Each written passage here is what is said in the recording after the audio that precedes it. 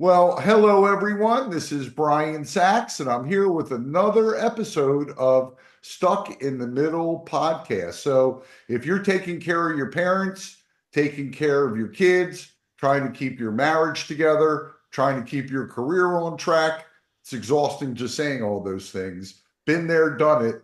And that's why we created the Stuck in the Middle podcast. Now, many of you know, if you've been listening to this podcast, that I'm an only child, and I'm an only child of parents who had me in their mid to late 40s. And so I went through all phases of being stuck in the middle: emotional, financial, physical. And I didn't have brothers and sisters. So as an only child, it kind of all just fell on me. And I just read a book not long ago, and man, was it insightful. It actually was insightful for my wife too, who's the third. She's the third of three. She's the baby. And it just told me so much about me. It told me so much about her. And when you have these kind of insights, you can make a lot of decisions. And before I even introduce our special guest, I'm just going to ramble a little bit. And he is a special guest. I'm so honored, Dr. Hurst, that you're here. We'll get to you in 1 second, but I got to tell you, when you're taking care of parents, you can have 12 kids. It's usually going to fall on one child. And sometimes it's a very easy, agreeable situation. And sometimes none of the children can agree on anything when it comes to the care of their parents. And so if you're driving, pull over. This one's worth listening to, folks, and paying attention to. So without further ado, I'm going to introduce our special guest, Dr. Robert Hurst. Robert, welcome. I'm so honored to have you. Well, thank you for having me to be able to talk to your audience. I'm sure there's great information. They're going to love it. Well, it's so important because I didn't really realize it till I read your book and we reached out and spoke. Birth order has so much to do with the interactions, both within the family dynamic and the outside world and the business world. I'm going to let you just introduce these concepts. They were foreign to me, how your birth order actually impacts literally everything. I learned a lot about myself. Some of it wasn't so good, by the way, that I learned about myself. But I did learn a lot about myself. Go ahead. Without further ado, I'm going to let you take it away. Well, just take it to you personally. Remember, as an only child, that Superman was also an only child. Yes. Yes. And as an only child, I'll mention that for a minute. Every birth order has two sides. There's a say a positive side and a negative side, but I don't look at it that way. I just say there's just two sides. For instance, as an only child, you have two sides. You either could want a large family because it's something that you didn't have growing up, or you don't want a large family. So just because you're an only child doesn't mean that you're always one way. And every only child is really a different flavor. They're a flavor of the dominant parent in their family. So even though you're an only, if your father was a number four, or your father was a number one, or your mother was in charge of the family and she was a dominant one and she was a number two, She this was, by gives the way. She was a middle child.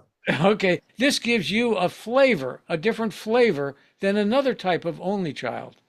But let me back up for a second and start with some people may have heard about birth order in passing. And the reason in passing I say that is that when they first look at it, and there's a number of books on birth order, they make it too simple. They say you're either the oldest, the middle, or the youngest. And I found that that was not true at all. It's not just three birth orders, or let's say four because you have the only child. Each child has their own special characteristics.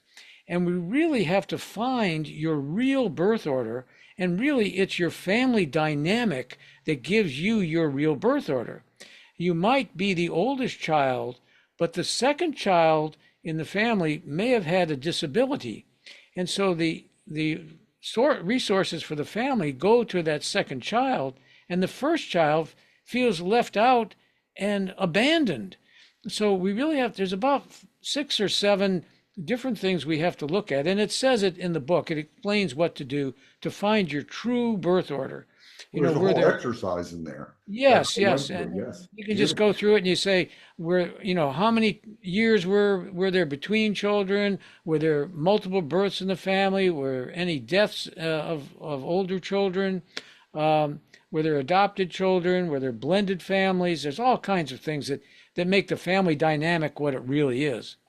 So to start with, see, I'm an orthodontist, and I started to use this in my practice to try to get an understanding of my patients because most of them are teenagers, and I need the cooperation of a teenager in order to be successful, which is difficult Wow. at best. Yep. So I had to make a decision rather quickly when I first saw the patient how I was going to treat him, what kind of cooperation could I expect. So that's why I used birth order theory. And I found that it worked about a third of the time. 2/3 of the time, it didn't work at all. And I was about ready to throw out the whole concept. And I said, I'm going to look closely at all these kids, all their families, because I saw many children in the same family. And I found that 2/3 of all my patients had spaces between their siblings of 4 or more years. And that's when I hit on the concept of double birth orders. Because if a two doesn't want to be told what to do and they appear to be stubborn, a two only is an immovable object. And they were very different. And it might be a little petite, little 9-year-old little girl. They have a tremendously high pain threshold and they break everything. And you look at them and you say, how could this little darling be so destructive? Well, it's their birth order. It's who they are. They didn't feel anything because they have a high pain threshold. Yep. Well, my wife So has a high pain threshold, I'm told also. yes. So that's when I came across, the idea of the double birth order.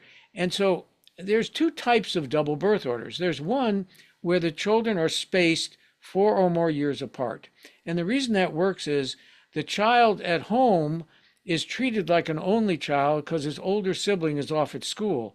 And so he gets all the characteristics of the only child. He gets more self-esteem, and it takes his birth order and it amplifies it, it magnifies it, and it intensifies it. So that's one type of double birth order. The other type of double birth order is when you have 4 or more years separating groups of children. I'll give you an example. Princess Di had a double birth order. She had 2 older sisters, and then there was a 4 or 5 year gap before she was born, and then 2 years later, her younger brother. So she was the third born in the family, but she was the oldest in the second family. So she had both a 3 birth order and a number 1 birth order. And if you remember her life, as the number 1, she tried to fight with the royal family and she tried to make her way, as being in charge. That didn't work very well. But on her 3 side, she was very appreciative of the landmines that were set in foreign countries by foreign wars, and she was trying to get those removed and help the people. So, she had Lots of 2 sides charity. to her. Yeah. Yeah, Yeah. absolutely. So if you understand birth order, it's not just 1, 2, 3. It can be 17 or 18 different types. But once you understand it, it is the Rosetta Stone to understanding everybody in your life. And it'll So, make you so much easier. so let's talk about that for a second. Let's go deeper. So, and first of all, you have a copy of your book handy that you can hold up? Yes, I can. I can hold it up here. Okay. Life's Fingerprint. Folks, I strongly, strongly suggest you get this book. It's Life's Fingerprint, Your Birth Order by Dr. Robert Hurst. It's got to be one of the most enlightening books I've read in many, many years, honestly. And is it on Amazon or do they come to your website to get it? How do they? Well, we do have a first edition that's in paperback on Amazon, but really the hardcover in color with a section on the back about questions and answers that I've had over the years, you can only get off our website. which is easy to remember, mybirthorder.com. But we Excellent. also have it on a USB, a little card that you can plug into your computer. And if you don't want to read it, you can hear it. You could hear me narrating it. That's So awesome. several ways to look at it. So, first of all, get it. Get the book, okay? Mybirthorder.com. But now we know it. We know who we are. So now what? What do we do with this information now?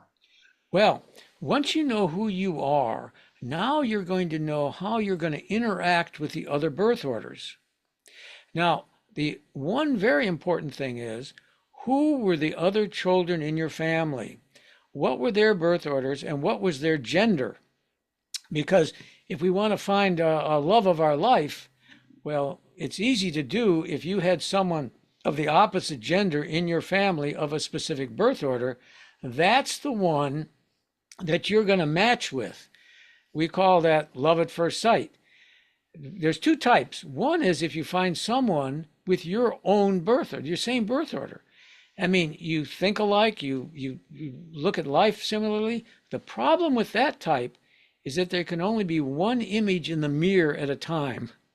So you're both trying to occupy the same space, and that doesn't work. So you have to divide up your duties within the family. It works, but you have to divide things up.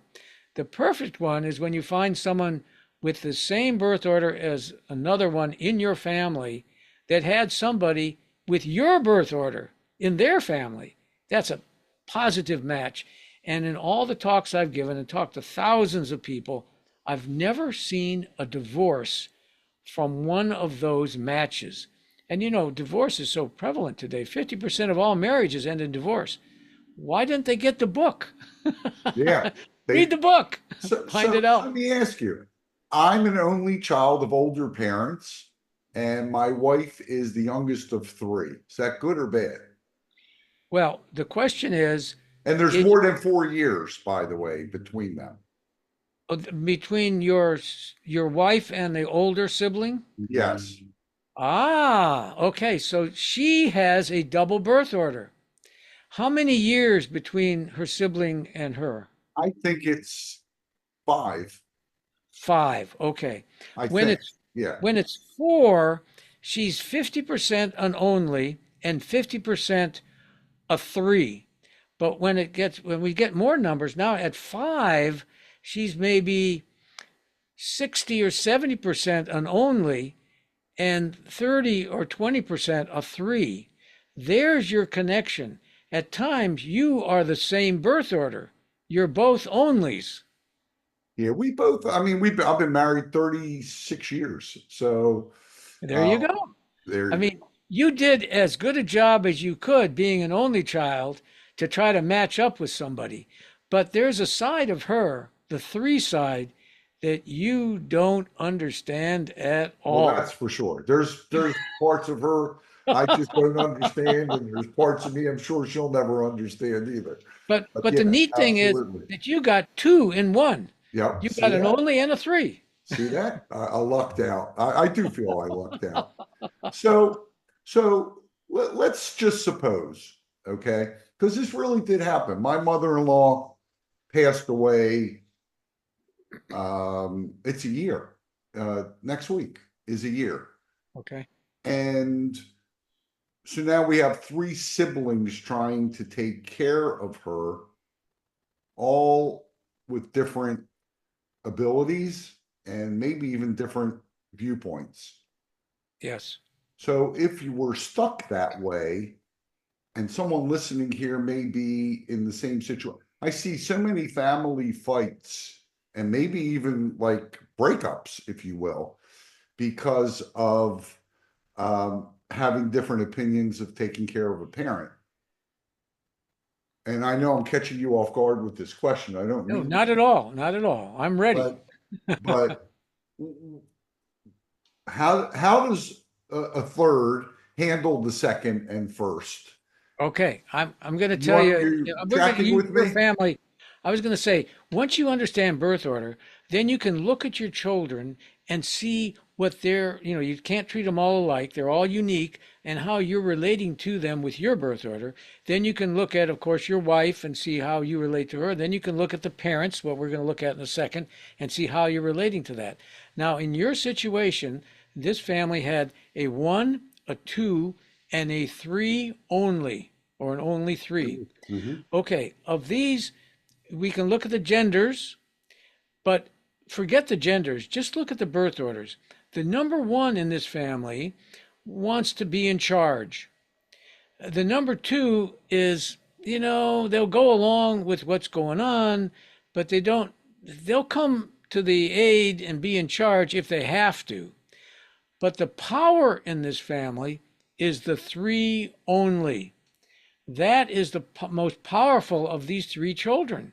So she is going to rise to the occasion and say, I am in charge. And she was so different than the other children because of that only power that she's got. And she's the intuitive one, being a 3.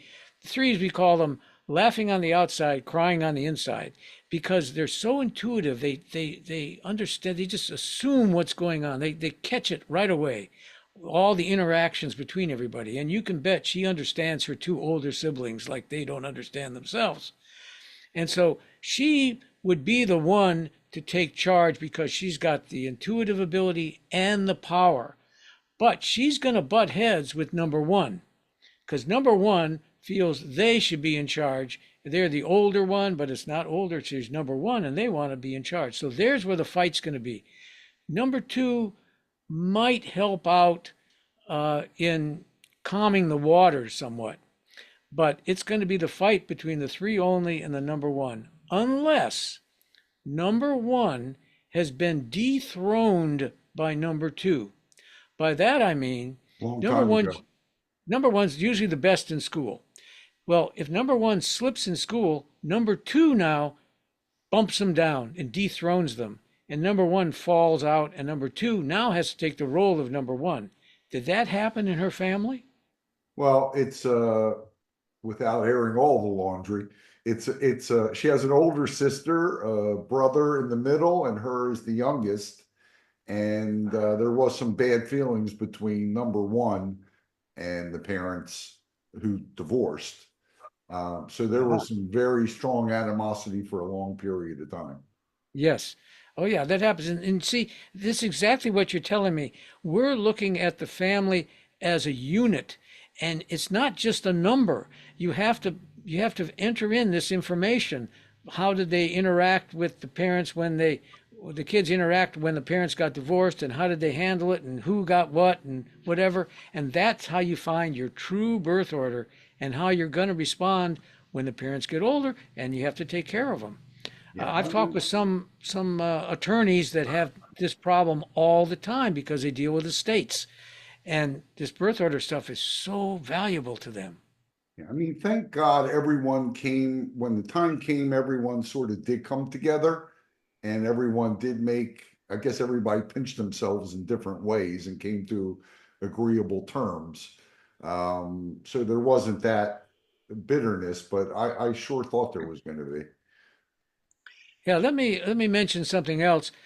When we talked about birth order, we talked about 1, 2, and 3, which doesn't really work. It's really the only child, 1, 2, 3, 4. 4 is the true baby, and that child is usually taken care of by older siblings and has a different role in life, and they can be the real comedians of the birth order. But then it starts all over again. Number 5 is like a number 1, but it's like primary and secondary colors. It's the same color, but it's not quite as vibrant, so it's a little subdued. And number 6 is like a number 2, but he doesn't appear to be quite so stubborn. The stubborn thing is, it's not that they don't want to do something, it's that they don't want to be told what to do. Right. Okay, because You number have to 1 sell wants it. to tell everybody what to do. Right. Okay. You have to sell it. Yeah, Sell and it. then it goes on and on. Number 7 is like a number 3, and then number 8 is like a number 4.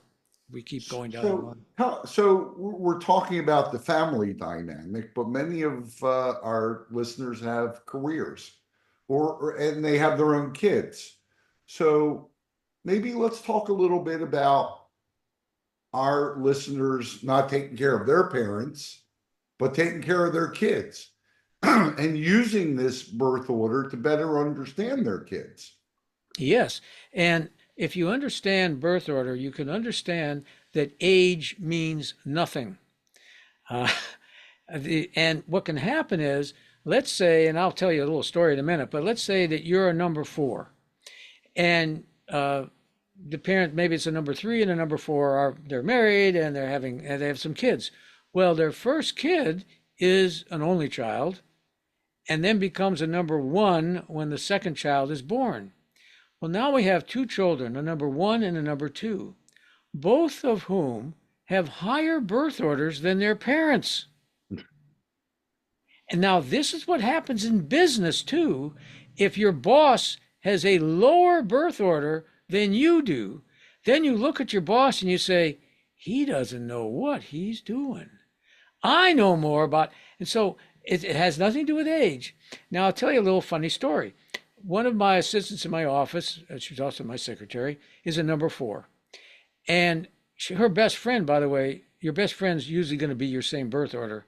Her best friend was also a number four. And they both had girls. And they decided one day they were going to go to lunch.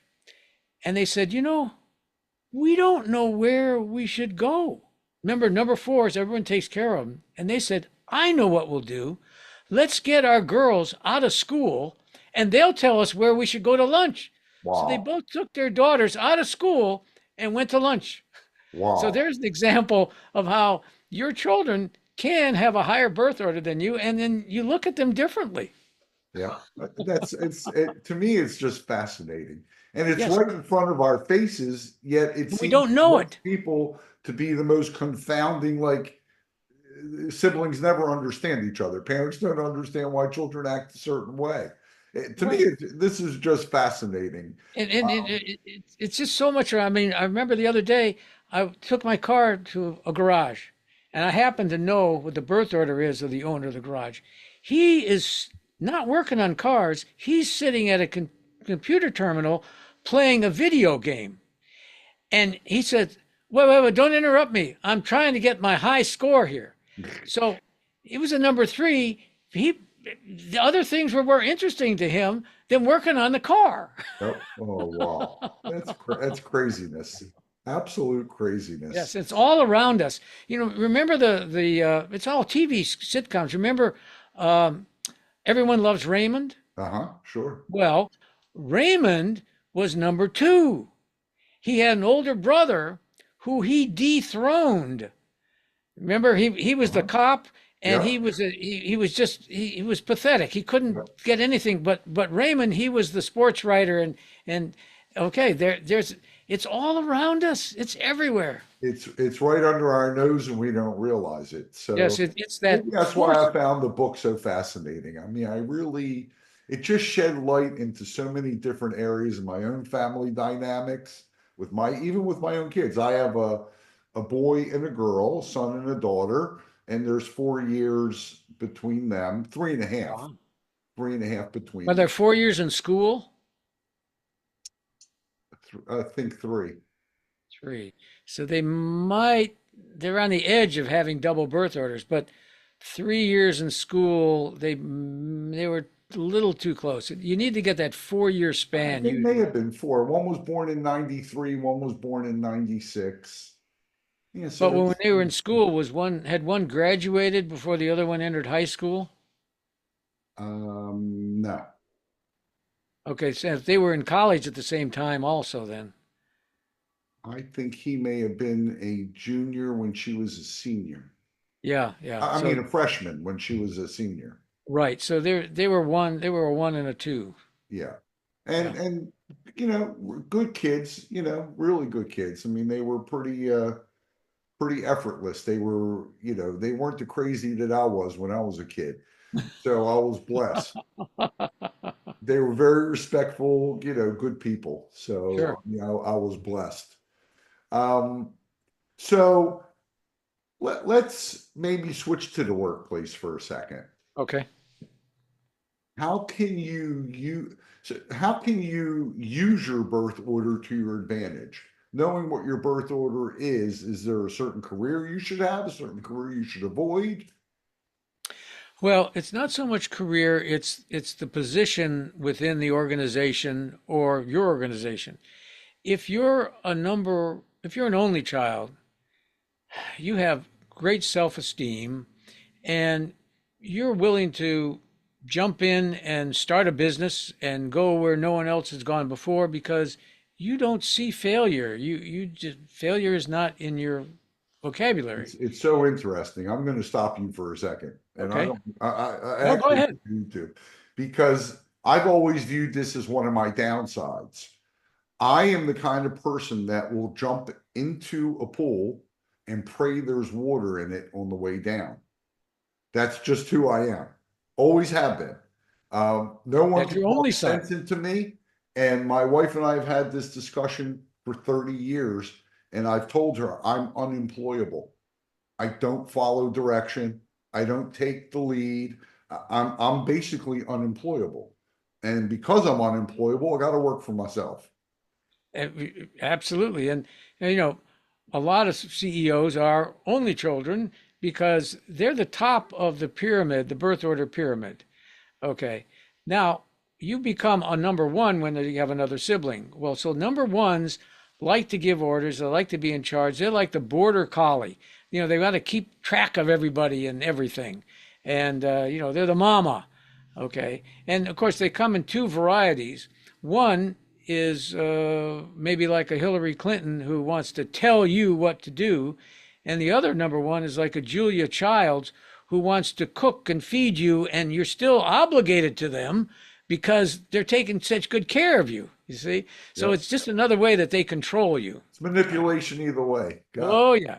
But the number one, they want to be, they want to be the head of the committee. They want to be, they go into politics. They want to tell people what to do. There's a lot of So number funny. ones in there. My wife years ago told me to get a hobby because all I did was work. So she said, get a hobby. So I got active in an organization.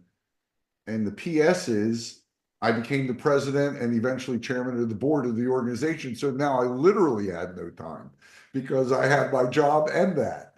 Well, So, that happens to only children when they're in school. They're yeah, the ones that become the president of the class. They're also the ones that the other kids say, you go talk to the teacher because you're not afraid of adults no, because adults were your peer group right. Yeah. But and adults never teachers escape. love you. And Yeah. your first friend is a book. Yeah. And it's so funny because I wish I could just take the computer and show you. I literally have a library, floor to ceiling, an entire wall I of can work. believe it. I love to read. I love to learn. And you're right. As a kid, I didn't even have pets. So I always was with a book, either a That's your book first or a friend. radio. Yep. Your first friend was a book. Yep. It's just, Anyway, it's we're going. sad, but that's pathetic now that I hear it being said, but it's true. Yeah. But now we'll get back to the workplace. So then you have the number two.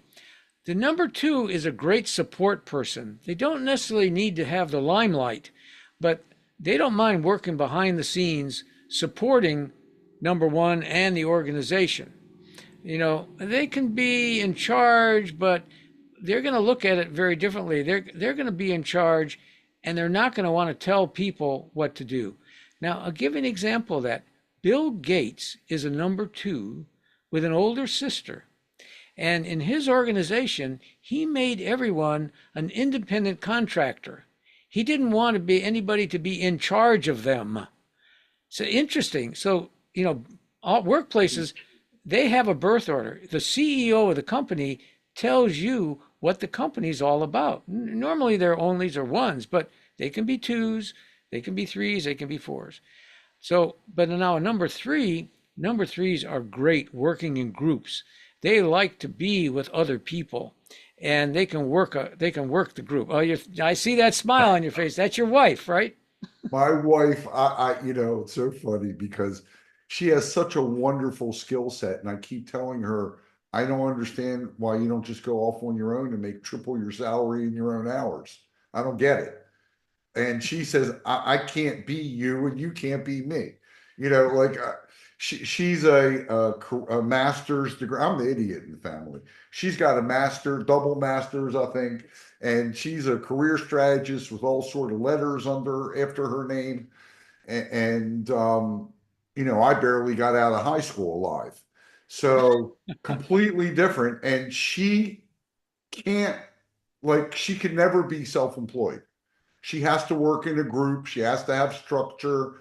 And if you do that to me, it's like prison time. You might as well put me in a jail cell. Yep. So it's almost like you're clairvoyant. It's scary. Well, when people say, they ask me questions, I say, well, they say, there's the answer. I said, well, I wrote the book. Right. But You wrote the book it on the just, topic, of I course. mean, I've watched my patients I've been doing this for over 50 years. I've watched my patients grow up, marry, uh, you know, have children of their own, what they did in life, whatever. And boy, they just fit the mold. And it's like if you could tell somebody early in life what to do and their course would be straight, eventually you find your spot. You always do. But sometimes it might take 30 years. Yeah. Uh, I talked to one fellow the other day, and it happened he ended up running a nursing home, and he had done all kinds of things in his life, running clubs and whatever. He says, "This was the most wonderful job I ever had in my." He was perfect for it. He Yeah. said, "If only I'd started here." You Yeah, know, I honestly, I could talk to you for hours. It's sort of like peeling back the layers of my life, right? And I can and I talk kind for of all. feel naked in front of you because there's not much I could say that you don't already know about. And it's all, folks, I gotta tell you, this is all so spot on that it's scary. So once again, and we're gonna have you back on again. I'm more than Um, happy to. so, folks, if you have enjoyed this episode, please like it below, subscribe. The cost of the subscription is the right price, it's free. So, share this with someone who might be stuck in the middle. Make sure you sign up for stuckinthemiddlenews.com, our free weekly publication. And one more time, let's give the URL where people can get the book. Folks, I got to tell you, I'm not just saying this. You hear from this podcast, this isn't optional. You got to get this book. I don't care if you're an only child or you're one of 12. You got to get this book because it's sort of eye opening, but it's also ammunition. It lets you deal with everything related to your own kids, your work, and your parents. So, how do they get it? www.mybirthorder.com. And when they get the book, I will autograph it for them. And if they give me some information about themselves, I will try to look at their family situation, try to find their real birth order, and give them a little bit in the book. Thank you so much for being with us. Honestly, this has been really one of my favorite episodes. And now Thank I feel naked and revealed to everybody in this podcast. But there you go. Mybirthorder.com. Subscribe to stuckinthemiddlenews.com and like it. And we'll be back next week with another episode of Stuck in the Middle podcast.